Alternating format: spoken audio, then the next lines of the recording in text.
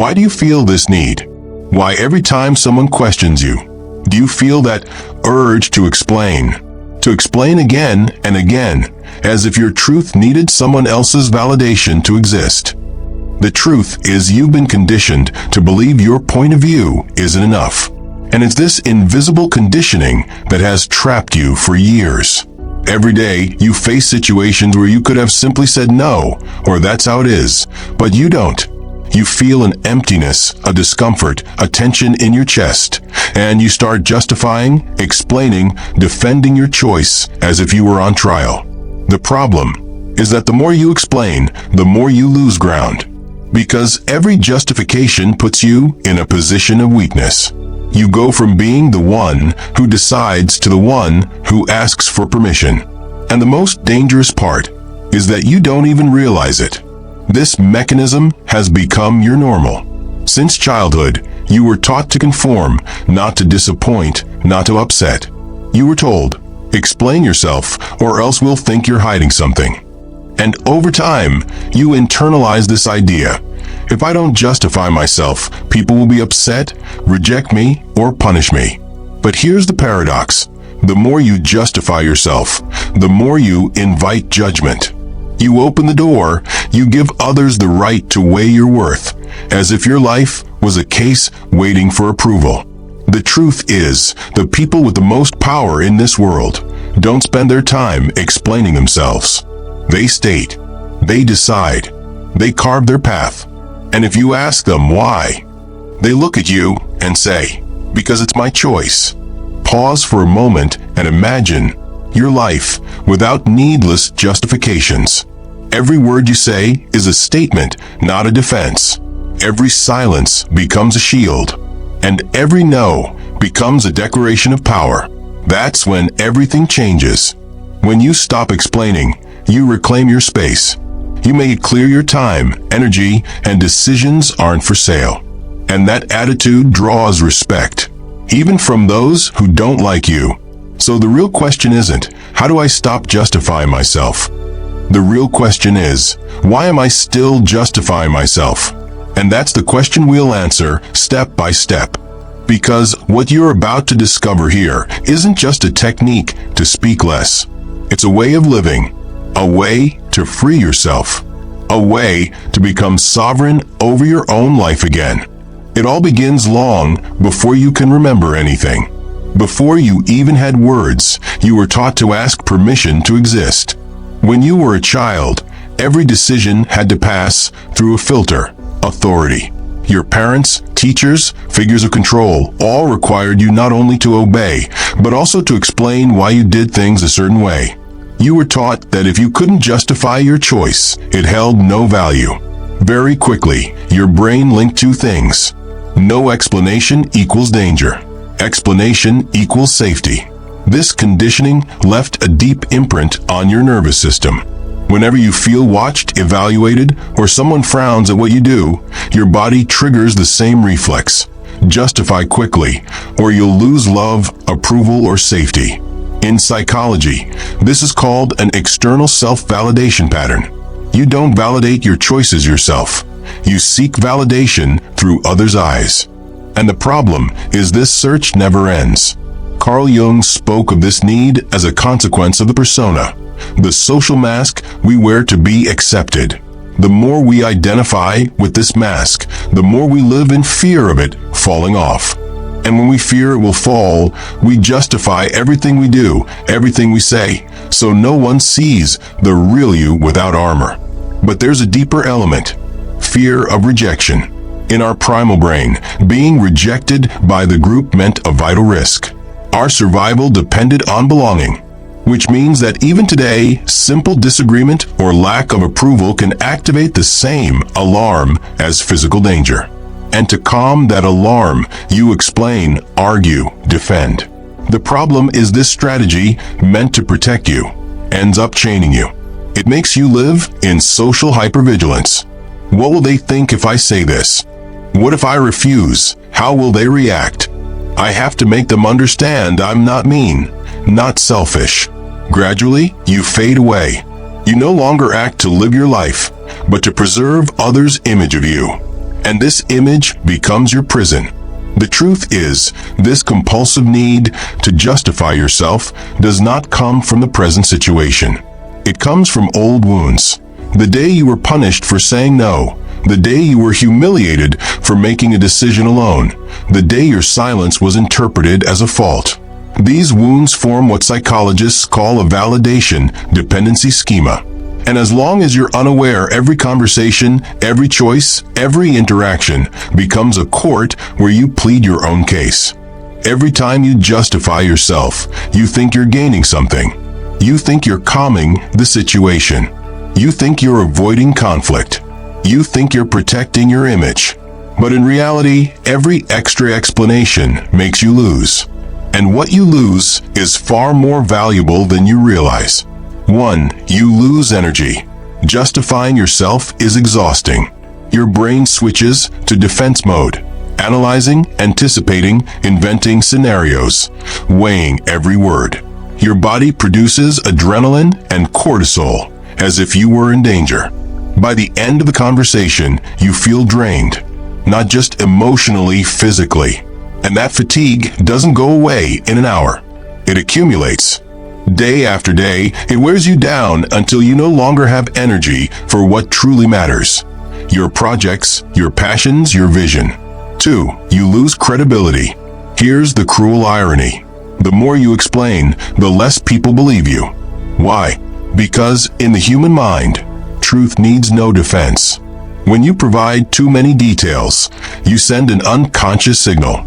I know what I'm saying isn't enough, so I'll add proof, arguments, justifications, and the more you add, the more uncertain you appear. Leaders, confident people, respected figures don't over-explain. They state. They place their words like solid stones, and then they remain silent. 3. You lose control of the conversation. Every justification is an open door. When you explain why you made a decision, others can attack your explanation, ask for proof, raise doubts. Result: instead of discussing your choice, you spend time defending your right to have made it. And guess what? The more you defend yourself, the more you let the other be judge, and you, the accused. 4. You lose personal power. Justifying yourself says to others, your opinion matters more than mine. It means accepting that they grant or deny you permission to act. And once you hand over that power, it's very hard to get it back. 5. You lose respect. People sense when you need approval. And need attracts predators. Manipulators, dominators, toxic people love those who over-explain because they know they can push them around. Even well-meaning people end up seeing you as uncertain, always defending yourself. You see, the true cost of over-explaining isn't in the words you say. It's in the invisible message you send. I don't trust my own truth. And as long as this message is there, you will be seen as weak, manipulable, or subordinate. We believe that if we explain well, if we find the right words, the right tone, then others will finally understand. And when they understand, they will approve. And when they approve, we will finally feel free, calm, at peace. It's a lie.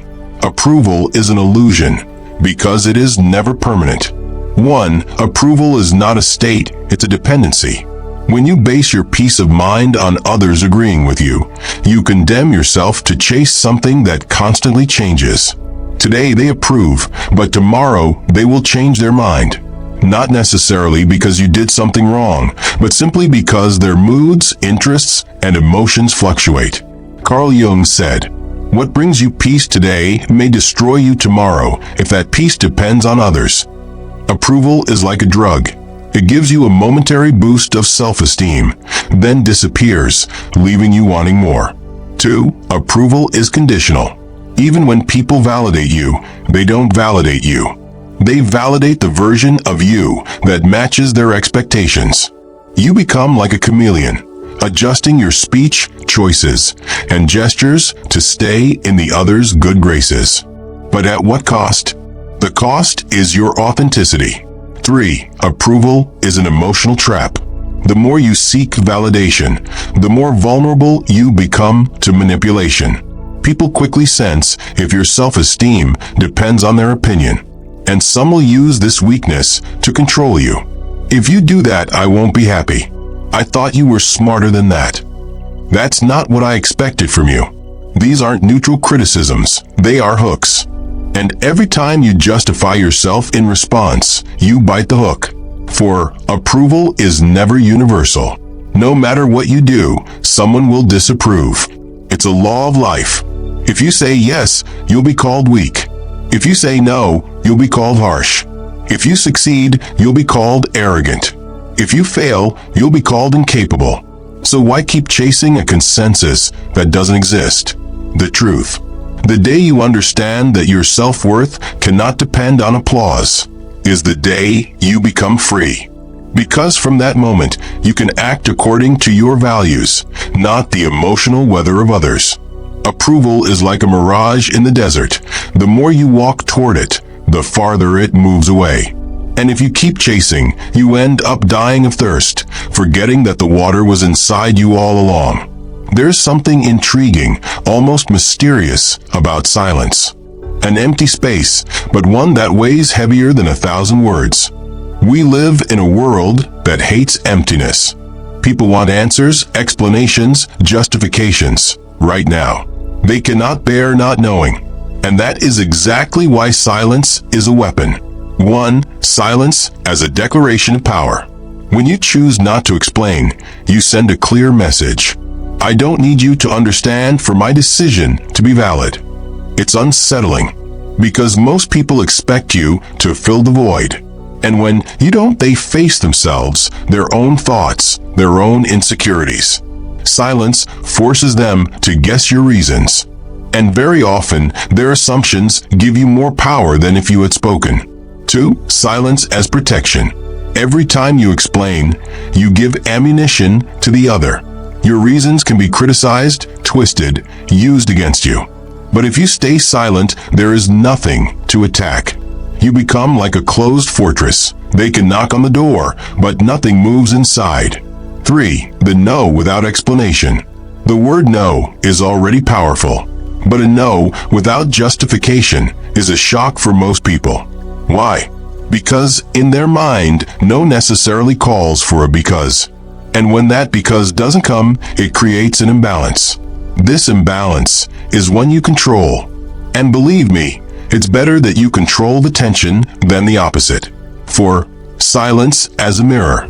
When you don't justify yourself, you force the other to confront their own expectations. Often, they realize their demand was excessive, or that their intrusion had no place. They understand they don't have the power to dictate your behavior. Silence, in this case, is not emptiness, it's a mirror. And not everyone likes what they see in it. 5. The natural authority of silence. Observe people who inspire respect. They speak little, weigh their words, and do not feel the need to fill every space. Their silence is not a lack, it's a presence. And this presence commands respect, sometimes even fear. Silence and withholding justification are not weaknesses. They are conscious, calculated, strategic choices. They say, my value is not measured by my ability to convince. They affirm, I am the sole judge of my decisions. And this is exactly what reverses the power dynamic. The other stops being the judge and becomes a mere observer. Assertiveness is not about speaking loudly. It's not about imposing your opinion. It's not about crushing others. Assertiveness is that inner posture where you no longer need to prove you're right. It's that quiet conviction that your choices belong to you, and that you don't need to put them up for auction to earn public approval. 1. Asserting is not convincing. Most people confuse asserting with convincing. Convincing means trying to push your point of view into someone else's mind. Asserting means simply saying, here is my position. You may agree or disagree, but it won't change to please you. And that distinction changes everything. Because the moment you try to convince, you put yourself in a position of request. But when you assert, you remain in your own territory. 2. Speaking without apologizing. Assertiveness also means stopping the habit of speaking as if you're apologizing for existing. It's saying, "I'm not available," and leaving it at that. Not, "I'm not available because I'm tired, I had a long day, and tomorrow I have a meeting." Every extra justification is a small piece of your authority you hand over to the other person. Assertion sticks to the essential. 3. The energy you project. People feel the difference between someone who speaks to protect themselves and someone who speaks from certainty. One sends a signal, "I hope you understand." The other sends a signal, "Whether you understand or not, my decision remains the same." This energy is magnetic. It draws respect even from those who disagree with you. For assertiveness and boundaries. To assert yourself is to set clear boundaries. And a clear boundary does not need to be explained 1,000 times. It just needs to be repeated, calmly, firmly. Someone insists, you repeat. They insist again, you repeat, without changing a word. No arguments, no justifications. Simply, it's no. The more you explain your boundary, the more you open the door to negotiation. And assertiveness is about closing that door. 5. Assertiveness as a daily practice. This is not a skill you master in one day. It's a discipline. Every time you feel the urge to justify yourself, observe it. Breathe. Ask yourself, am I speaking to assert my truth or to be accepted? And if it's to be accepted, stay silent. Because silence in that moment is more assertive than any speech. When you master this inner posture, something changes in your eyes, in your voice, in your body. People no longer see someone waiting for approval, but someone who knows exactly where they're going. And that's where the connection with individuation becomes crystal clear. Carl Jung called individuation the process by which a human being becomes who they truly are. Not what their parents wanted, not what society expects, not what their circle applauds, but who they are in their raw, authentic essence. Individuation is the most demanding road you can take because it asks you to shed all the layers of masks you've built to be loved, accepted, validated. And among those layers is the compulsive need to justify yourself. One, justification as a mask. When you justify yourself, you present a polished, acceptable version of yourself. You filter your decisions so they appear reasonable in other people's eyes. But in truth, you're no longer you. You're the character you believe you must play to stay in the circle. Individuation asks you to burn that mask. And when the mask is gone, you no longer need to explain why you do what you do.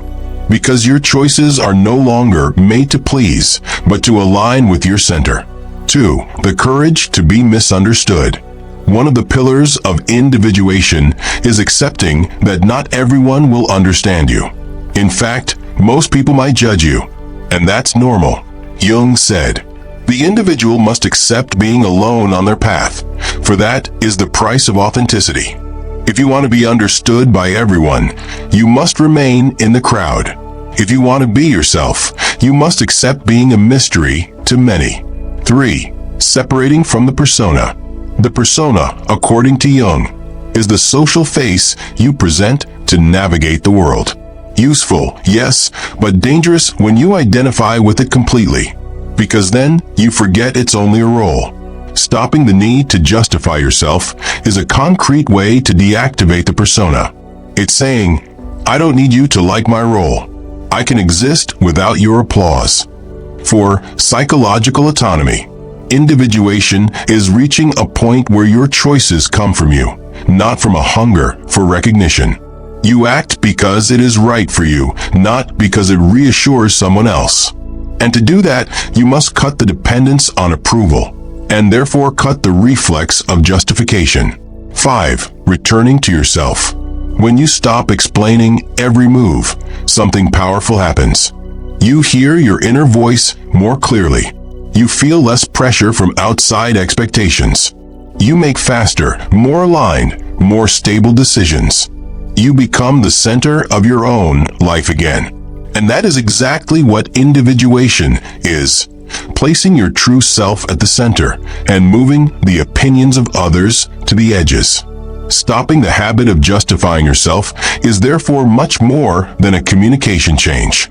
It's an act of inner transformation, a step toward what Jung called the individuated man or woman, free, whole, aligned. By now, you've understood that giving in to the need to explain yourself is not harmless. It's a chain that keeps you from walking freely on your own path. Every time you justify yourself, you hand over a piece of your sovereignty. You place your power in someone else's hands. And without realizing it, you give up that fundamental right to simply be you. But today, that doesn't have to be your reality anymore. Today you have a choice. 1. Liberation starts with a decision. The decision to stop over-explaining, to stop chasing approval, to stop explaining what needs no explanation. This choice is an act of courage, an act of rebellion against years of toxic habits and invisible conditioning. Because yes, it's a battle. The world will keep pushing you to defend yourself, to speak, to justify. But now you have the inner strength to say no. 2. Take your place without permission. Remember, you need no one's permission to be yourself. Your choices are legitimate because they come from you, from your truth, from your essence. And there is nothing to prove. Your life is not a show for others. You are not here to please, to soothe, or to convince. You are here to live according to your values. 3. Practice daily. This transformation won't happen in a single day. It's a gradual journey. Start with small situations where you choose not to explain yourself. Observe the reaction. Feel your inner power grow. Then, each time the urge to justify yourself comes back, remember what you've learned here. Breathe. Stay silent if needed. Assert your truth calmly, without shouting, without apologizing. 4. Become the architect of your inner freedom. Do not let the outside world dictate who you are. Real power comes from within, and the path to that power runs through silence, assertiveness, and individuation. You are stronger than judgment, stronger than expectations, stronger than the opinions of others. 5. The ultimate gift. When you stop justifying yourself, you discover an unexpected gift, peace. The peace of no longer fighting to exist in others' eyes. The peace of simply being you.